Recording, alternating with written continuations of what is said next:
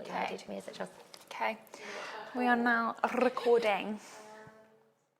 I am back with Heidi. Hi, Heidi. Hello. Founder of Aesthetic Laundry. I don't feel like we can start this interview without commenting on your incredible outfit. This is Thanks amazing. so much. Talk me through this. This is the OG of the Raptor jumper, the festival jumper, but I absolutely love it. The tassels are very long, and sometimes they can definitely get in the way, and they feel real heavy. Like, feel them. Oh, that is some good quality material right there. Some weight, there you go. So sometimes I have to like whip them around that. and tie them up to get stuff done. I absolutely love this. Is perfect festival gear as well. Perfect for what's going on now. So amazing. I love it. Right, I'm back with you. We're talking about design a little bit today. Yay! Favourite. Which I feel like is the lifeblood of what you're doing. So how long have you been doing aesthetic laundry for, roughly? So full-time 3 years. And then, but really like 5 years. Okay, awesome. And now we're kind of entering into this new phase of New aesthetic era. laundry, and it's evolving in exciting ways. Can you talk a little bit about what's going on? Yes, so I have just taken on 2 full-time staff, and then Joss handles marketing. She is head of marketing and sorts out everything and structures the entire company, because before Joss came, I had no structure whatsoever. Oh, everyone needs someone to keep everything in check. It was so funny. She was like, the first day, she was like, so where do you keep these and what do we do here? And I was like, you kind of just put them down there or up there or on there. And she was like, what? So now we have loads of, it's really good. So we have like a massive, it used to be like a playground, and now it's like a runway, like we're doing this, which is really cool. Exciting. So do you kind of feel like now you're a little bit more free to do the creative side of stuff, and you're not kind of, all your time's not going on the admin things, you're now able to be a bit more free with things? Only now. So it's like 3 months in since the girls joined. I have to mention Liv as well, and Liv does all of the, she's a girl on the ground, and then she does all the content. So she's behind all the awesome content. Well done, Liv. Good job, Liv. So between those two, they basically like pull everything together, and I'm like, we could do this, and we could do this, and then I then have only, because I've been like literally like handing over everything that I do, and then like the girls have both been like picking it up and going, right, so, and figuring out what works and what doesn't. And then now they're at a point where they can go, and now I'm finally able to step back from that and then design, which is my favorite part. And then it's like I haven't been able to design properly for ages. Like I'll design and evolve like the fringing and the tassels and everything like that, but then I have so much more that I want to get out. And when it was just me, I couldn't get it all out, because I'd be like, and I have to do the photo shoots for that, and then I have to do the e-com shots, and then I have to do, it can be a bit stifling, right? But now at least you've got a team of people to kind of harness the kind of abundance of creativity you have, and channel that into the right directions. So I find that very hard. What kind of new and exciting? I know we probably can't talk too much about it, but what kind of new and exciting things? We'll leave it there.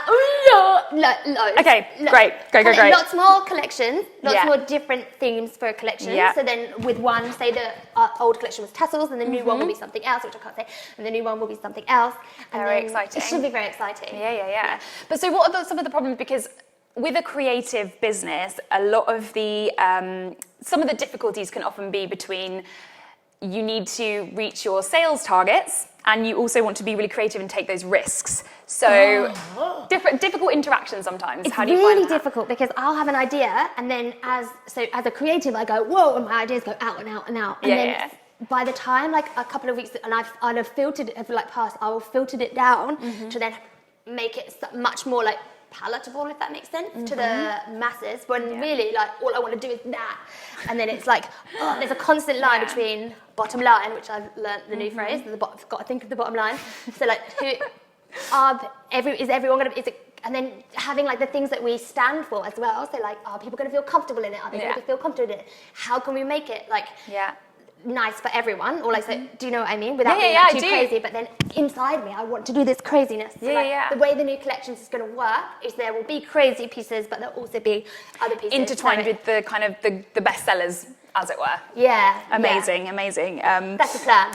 So now you, scary. I can imagine, because you my God. also want to take those risks and be your creative self, because that's what you do best. But of course, it has to be commercial and all those kind of things. So I guess it's just about knowing your customers and your clients and things like that, and then also really kind of with that Heidi flair as well, adding that to it. So now you've got kind of in-house support, you can concentrate on perhaps the vision that sort of started it all? Do you feel like you're kind of going back to basics a little bit more? Yeah, massively. And then I have this it's really funny because I am a very visual person, very conceptual person. Yeah. And then when I try and, I usually only have to, like before the girls joined, I only have to explain it to me. So I'll be like, oh, I'm going to do this. Cool, cool, cool. I'm going to do that. Yep, great idea. Let's go.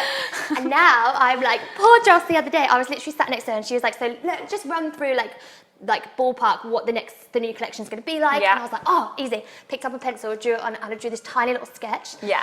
And then I drew another one, and I was like, it's going to be like that one, and circled that one. And then Joss was like, one more time? Like, what?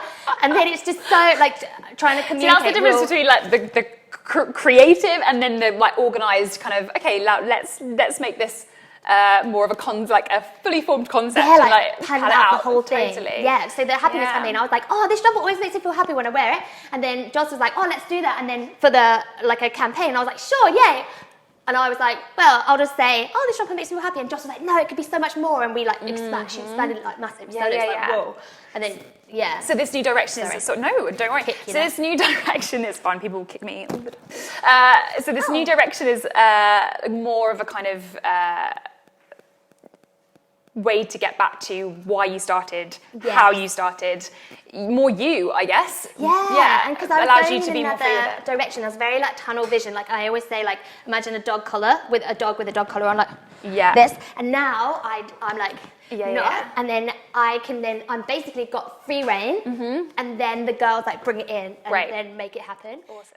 Okay, so you've got these new ideas. They're kind of coming at you left, right, and centre. How do you create something from all these different ideas? What's your starting process? Oh my God, it's so big hard. question. So tackle it however you want. I've got a time limit because I will ramble on. So I will get inspired by the most random thing. It can be like the side of a building with all tarpaulin on it, or it can be a photograph, or it can be like scrolling through Pinterest, and I'll be like, that I can design a collection from that one image. Yeah. And then, so what I've done in the studio the other day, I literally ripped down all of the old stuff to try and get me in a new mindset, and then put all on the wall, all things that inspire me, and then I'll just keep going in when every day I go into the studio and I'll pick an image, cut that image out, and I'll have an idea, so then I'll draw the idea. And then there's a whole new aesthetic to the way aesthetic laundry is going to look from the future, so it'll be different to what it's been in the past, and there's going to be outfits more than jumpers. And then, but it will all have the same theme, which people will see. It will just evolve nicely, but then everything will be like super different, if that makes sense. Yeah, it makes perfect sense. So, do you sketch? Are you playing with colours a lot? Because it doesn't seem a problem for you to come up with these new ideas, as you've just said. The problem is toning them down. The problem is like stopping and going, that's enough. Yeah. And then I'll just go and go and go and go and go, and I almost need someone to be like, whoa, hold on, stop. Yeah. So then I will go on my computer and I use Illustrator loads. That's like my dumping ground. I always have Adobe Illustrator done, open. And then I'll like throw stuff in it, ideas, drag pictures, draw on the pictures then I'll print them out, or I'll draw in a sketchbook and then rip that out, and then I'll put it on the wall. Then I'll think, oh no, I should do it another way, and then I'll get some fabric. I've seen your studio and it's full of like these, no, in a great way. It's just full of like the beautiful ideas, and then there's colours and there's materials, and it looks like one big ideas factory. I love it. It's amazing. It is. That's exactly right. But it's very messy. But I cannot design in a clean clinical space. It has to be an absolute tip. And then I'm like, yes, and then I have my best ideas, and then I'll be like, this. Sure. I almost need someone to come around behind and be like, right, there we go. It just seems like such a great thing that you've now got two other people on board to help you with all of this, because if you're doing everything, now you can concentrate on making the brand really, really Heidi-esque, and like your proper stamp, everything that you've sort of dreamed about, and your vision and stuff like that. I just want to make it cool and have I want to make the coolest brand ever, but still be a nice brand, but cool brand. And the thing I love about it as well is it's so iconically yours. There's no other brand like yours. So I think you need to keep doing what you're doing, keep having people to help you, keep the creativity, channel it in the right ways, and I think you're on to a winner. Thank you so much for talking to me today. That was so fun. About your design work. Thank you. Yay! Good. Okay.